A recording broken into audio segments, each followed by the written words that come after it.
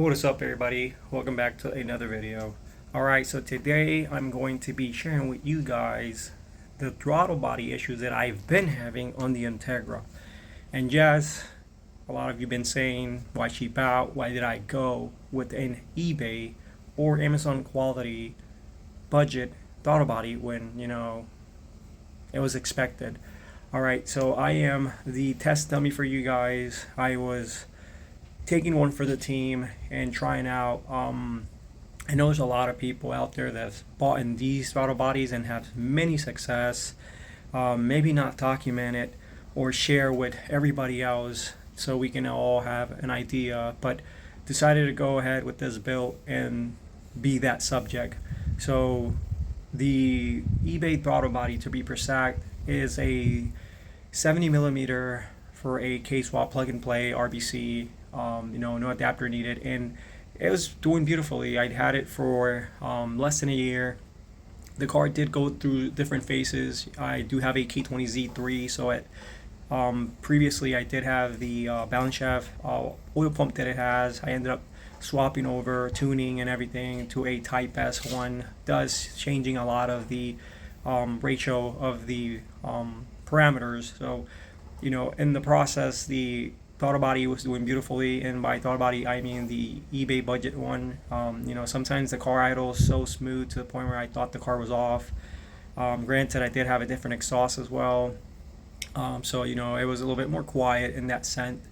But ran into issues later on with time. Noticed that when I would drive at lights and stuff after I apply load, the idle was kind of high.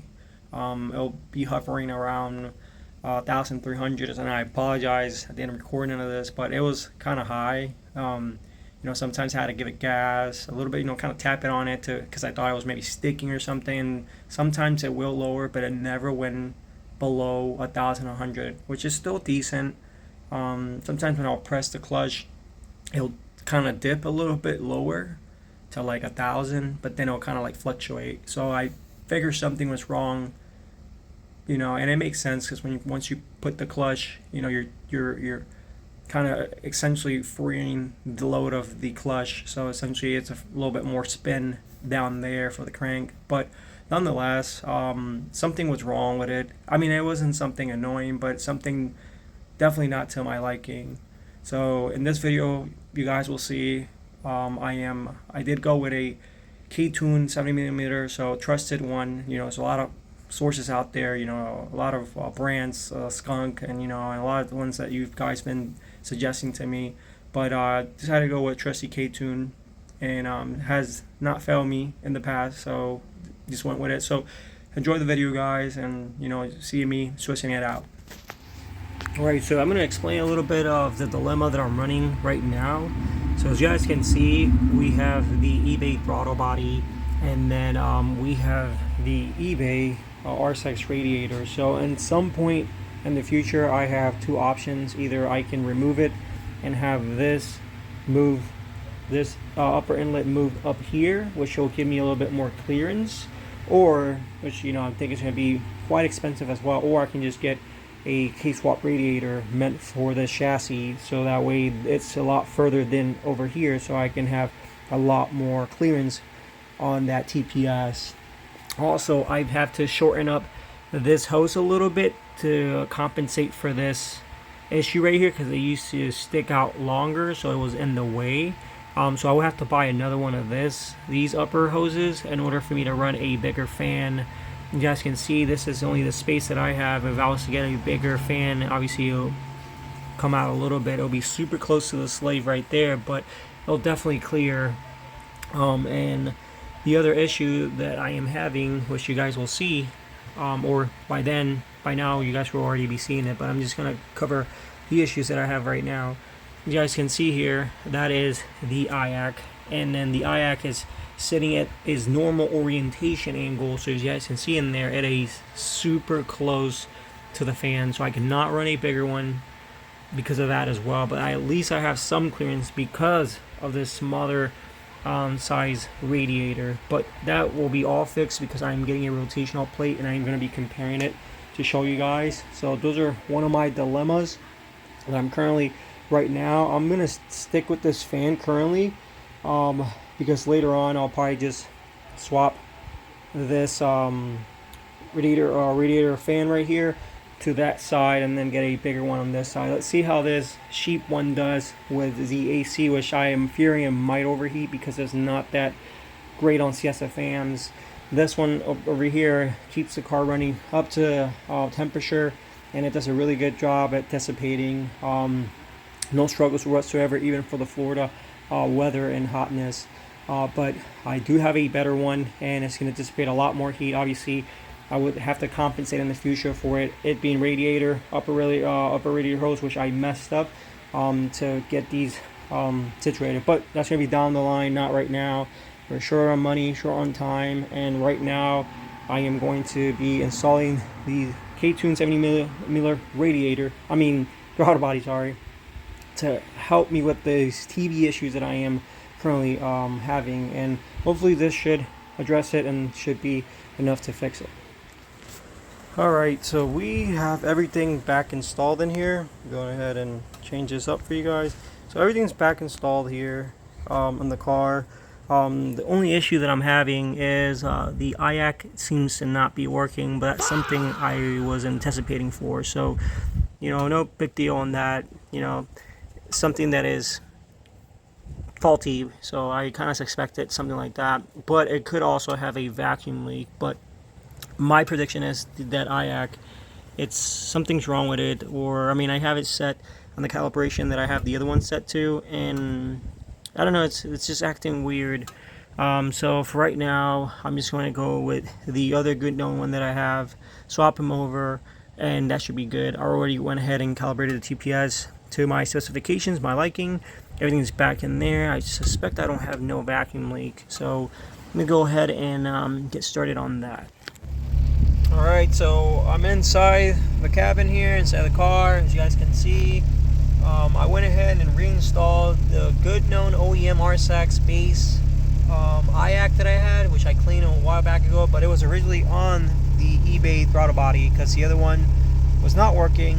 So I know I should have just done this one the first to avoid all this, but I had faith on the other one, so I just went with it. But went ahead and installed it back with the throttle body. I already went and calibrated it. I did not record, but as you guys, I'm going to show you guys before I move on.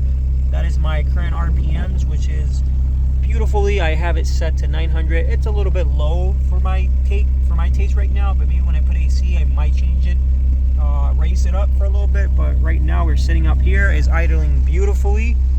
So it's got me to believe that the IAC was the fault on that one. I thought it could have been vacuum or something. I did change the seal though. One of the thermostat thermal gaskets I changed, which I'll show you guys. But let's go up here and let's go to the, let me see, idle, not idle, let's go to throttle. Alright, so you guys can see here, these are my values. This is what it's been working for me, so I just decided to keep this. That's the best I can get for right now. I didn't want to play with it. I kind of got it on the second, third attempt, and I am okay with this. It's kind of like originally what I had before I put the Type S oil pump and all that. So now it's just what's left for me to do is just to drive it and then test it out, because after I apply a load and then I go to a light, that's usually where the RPM kind of sits high and then doesn't want to climb back down. Sorry. So you guys can see this is where I kind of have it at. That's a little bit what I like, and that's usually what I had on the other one. So I'm gonna keep it like this for right now. Hopefully it should be good. Like I said, this is currently what I had before. So let's go to the engine bay and I'll show you. All right, so here we are at the bay. Obviously, from looking at it, you won't be able to tell much difference with the eBay one. You guys can see here, we got the eBay one, which I'm gonna show you guys. Yeah, so it's very identical.